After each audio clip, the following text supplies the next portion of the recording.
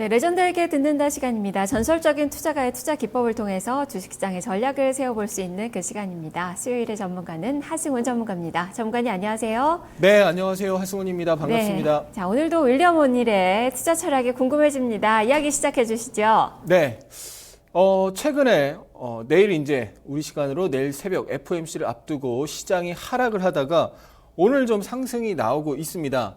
자, 만약에 이제 시장이 이 조정 분위기를 마무리하고 상승으로 돌린다면 어떤 주식을 매수하는 게 좋을까요? 이런 관점, 윌리엄 오닐의 투자 전략을 토대로 한번 설명을 드려보도록 하겠습니다.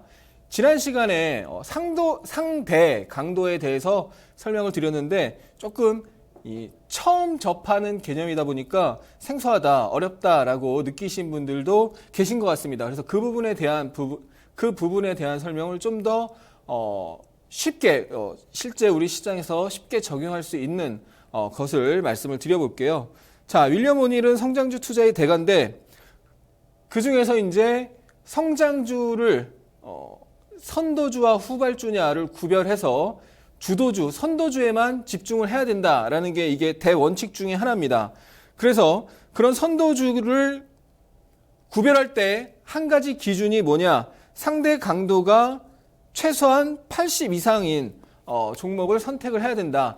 상대 강도가 80이라는 것은 시장에 만약에 100개의 종목이 있다면 여타 80개의 종목보다 최근 1년 사이에 상승률이, 변동률이 높아야 된다는 겁니다.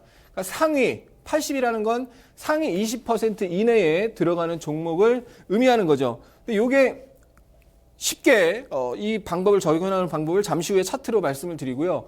그래서 지금 시장이 조정을 거치고 만약에 다시 상승이 나타난다면 리스크 대비 리턴, 리스크 한 단위당 리턴, 그러니까 위험 대비 수익을 감안했을 때 뭐 대형주라면 대형주, 중소형주라면 중소형주, 그 해당 섹터, 해당 스타일에서 어떤 쪽을 공략하는 게 가장 효과적일까에 대한 부분을 이 윌리엄 오닐의 투자 전략에서 힌트를 얻을 수 있다는 거죠. 그래서 대장주, 화랑 업종의 대장주를 매수하는 게 중요하고요. 주도주가 아니면 차라리 매수하지 마라.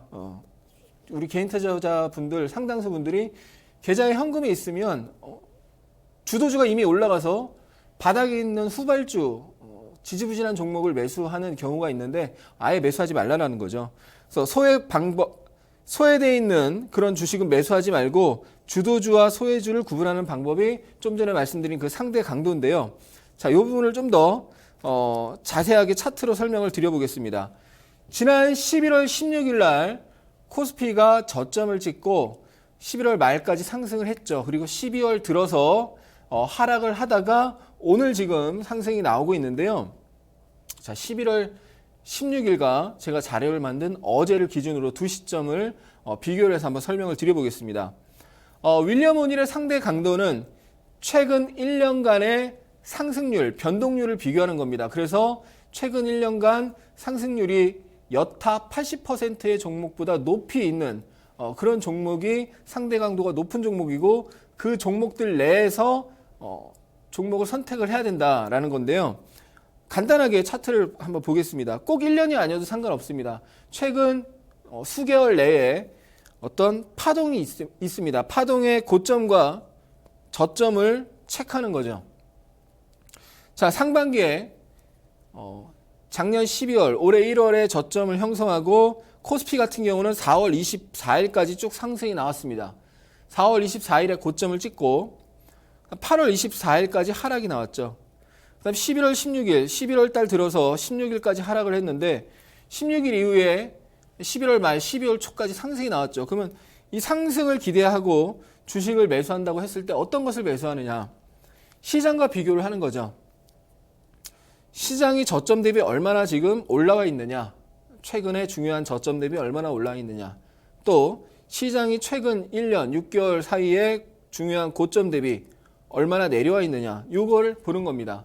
그럼 최소한 시장보다 약한 종목은 소외주라는 거죠. 그런 종목은 매수하면 위험도가 높다라는 거죠. 물론 그런 종목도 시장이 상승하면서 같이 올라갈 수도 있고 낙폭이 과대한 상태에서 일시적으로 더 많이 올라갈 수도 있습니다만 그러한 확률은 낮다라는 거죠. 그럼 중요한 저점 대비 상승률, 중요한 고점 대비 하락률을 비교를 해보는 겁니다. 예를 들어서 대형주에서 한번 보도록 할게요. LG화학입니다. 11월 16일 날 시장이 저점을 찍을 때는 상반기의 고점보다 아래로 내려와 있었죠. 그런데 LG화학은 상반기의 고점을 돌파하고 그 자리에 눌려 있었습니다. 그러니까 저점 대비 상승률이 시장 대비 굉장히 높은 거고 시장은 고점 대비 상반기 고점 대비 아래에 있는데 이 종목은 그 위에 있는 거죠. 이 종목은 시장 대비 굉장히 강하고 시장은 여타 종목 시장 전체 종목의 평균이라고 대략 평균적인 위치라고 가정을 했을 때 이건 평균적인 위치보다 압도적으로 강한 위치에 있는 겁니다. 이거는 상대 강도가 90 대형주 내에서 상대 강도가 90 이상이라고 볼 수가 있고 주도주가 될 가능성 일단 선도주고 이후에도 주도주가 될 가능성이 높은 종목이라는 거죠. 자, 또 다음 사례 보겠습니다. SK이노베이션입니다. 이 종목도 보시면 저점 대비 11월 16일 날 시장이 단기 저점을 찍을 때 이 종목도 11월 16일 날 소폭 조정이 나왔습니다만 소폭 11월 초 대비 조정이 나왔습니다만 저점 대비 상승률이 시장 대비 높고 고점 대비 하락률이 시장 대비 낮은 거죠.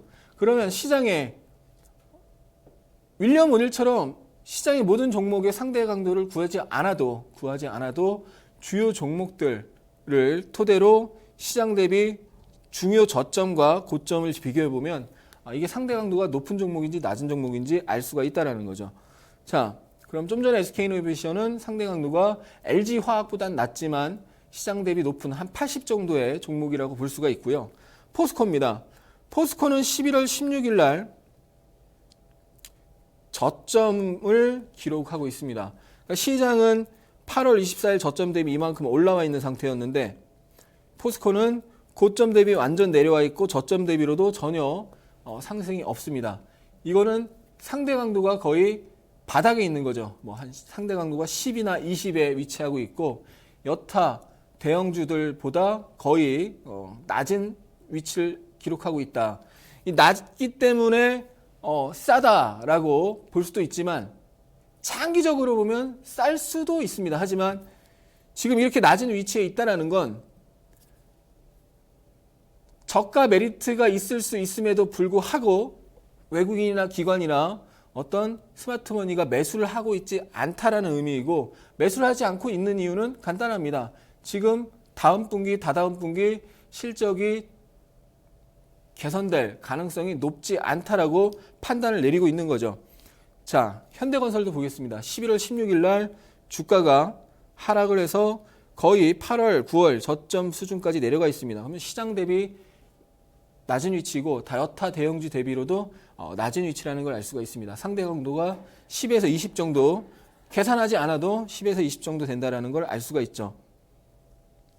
또 삼성증권 보겠습니다. 삼성증권도 마찬가지로 상반기 고점 대비 굉장히 많이 내려와 있고 저점 대비 살짝 올라가 있습니다. 11월 16일 날. 그러니까 좀 전에 봤던 포스코보다는 상대 강도가 약간 높을 수 있지만 이것도 마찬가지로 거의 한 2, 30 상대 강도가 2, 30 이하에 있는 종목이라는 걸 알 수가 있죠. 이렇게 약한 종목들이 있는 거죠. 자, 그럼 비교를 한번 해보겠습니다. 어제 제가 어제 저녁에 자료를 만들었으니까 어제까지의 흐름입니다. 코스피는 11월 16일 날 단기 저점을 형성하고 한 차례 상승이 나오고요. 전고점에 살짝 못 가고 다시 내려와서 11월 저점을 살짝 깼습니다. 그런데 9월 저점보다는 위에 있죠. 직전 저점을 어제 기준으로 살짝 깨고 9월 저점보다는 살짝 위에 있는 수준입니다. 자, LG화학은 어떻습니까? 11월 16일 날 상대 강도가 굉장히 높았고 많이 올라서 부담스럽다고 느낄 수 있지만 그 이후에 시장은 전고점을 가지 못했는데 이 종목은 전고점을 돌파하고 상단 부근의 중심 위에 최근에 단기 파동의 중심 위에 위치하고 있는 걸 알 수가 있습니다. 오늘도 상승이 지금 나오고 있는데요. 시장보다 강한 종목이고 상대 강도가 높은 종목이 또 상승을 하는 주도주로서의 흐름이 지속되고 있음을 알 수가 있는 거죠. 자, SK이노베이션도 보겠습니다. 11월 16일 날 위치가 여기입니다. 시장보다 높은 위치였고 가격이 부담스럽다고 느낄 수 있지만 최근 3개월간 많이 올라가서 부담스럽다고 느낄 수 있지만 윌리엄 오닐의 투자 전략에 따르면 상대 강도가 80 이상인 종목에 해당하는 종목이고 지지선을 깨지 않고 있다가 결국 시장은 전고점에 미치지 못했지만 이 종목은 전고점을 돌파하고 강한 상승 파동을 기록한 걸 볼 수가 있습니다.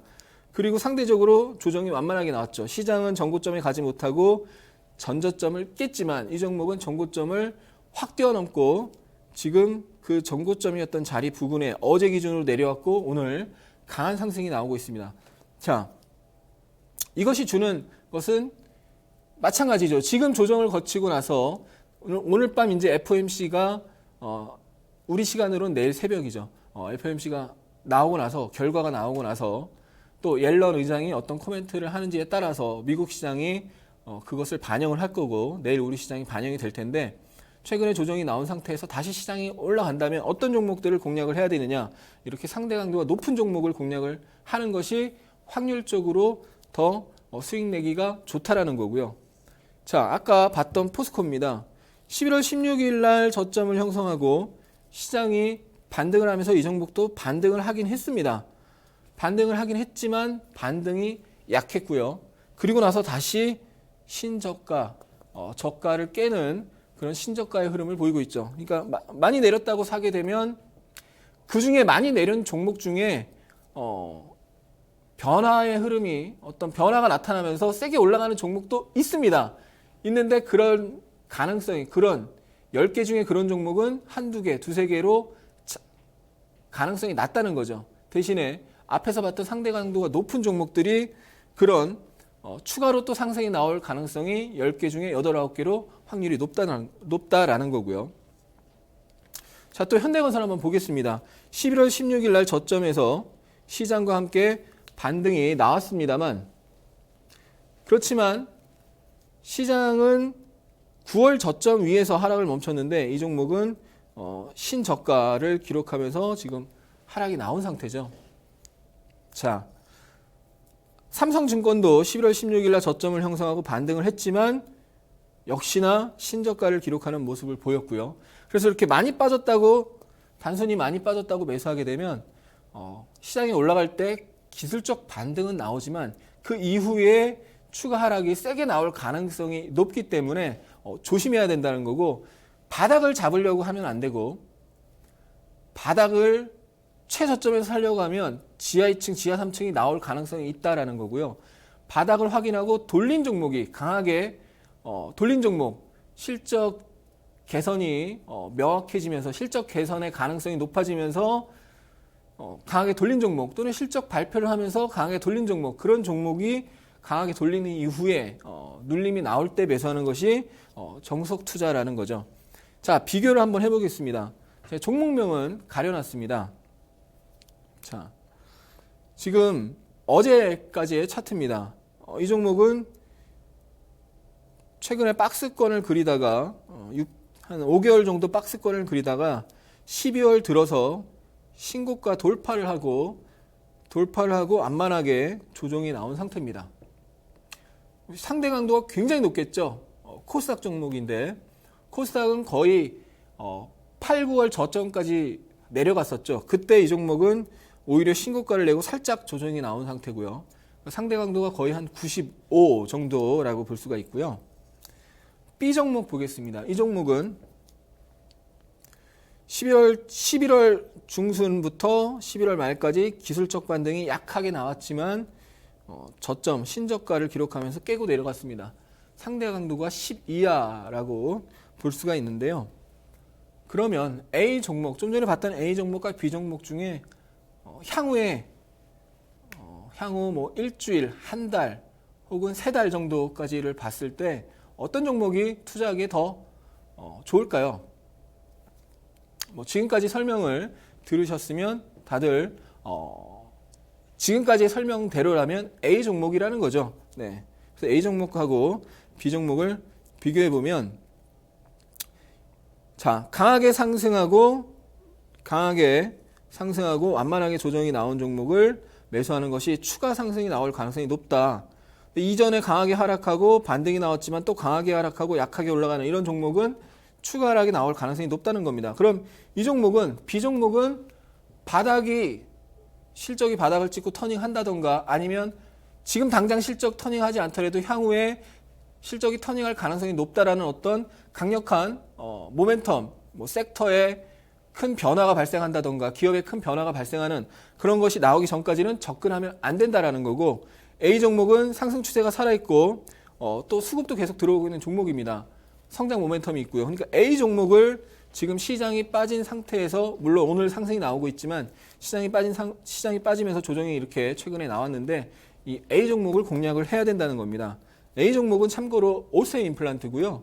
오스템 임플란트.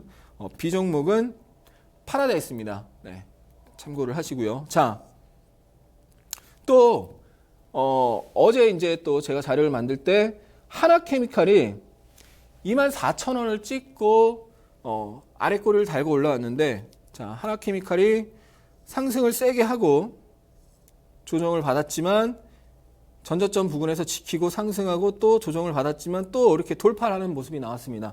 이 종목은 지금 3분기 실적이 급증을 했죠.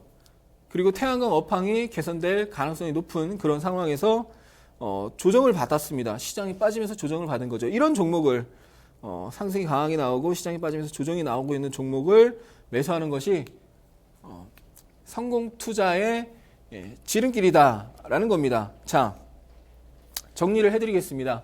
상대 강도가 낮은 종목은 쳐다보지 마셔라.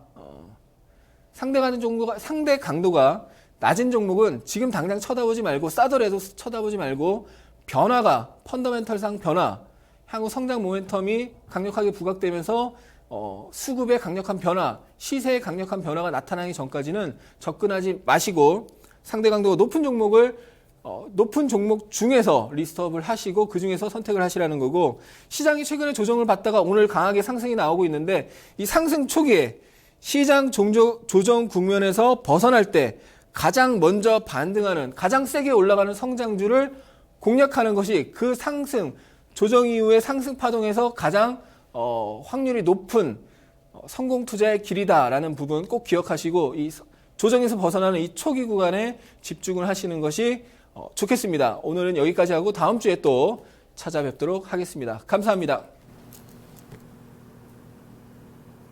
네, 하승훈 전문가였습니다. 성장주 투자를 어떻게 해야 되는지 아셨나요? 자, 투자에 잘 활용을 해보시길 바랍니다. 윌리엄 오닐의 투자 철학을 들어볼 수 있었던 시간이었습니다.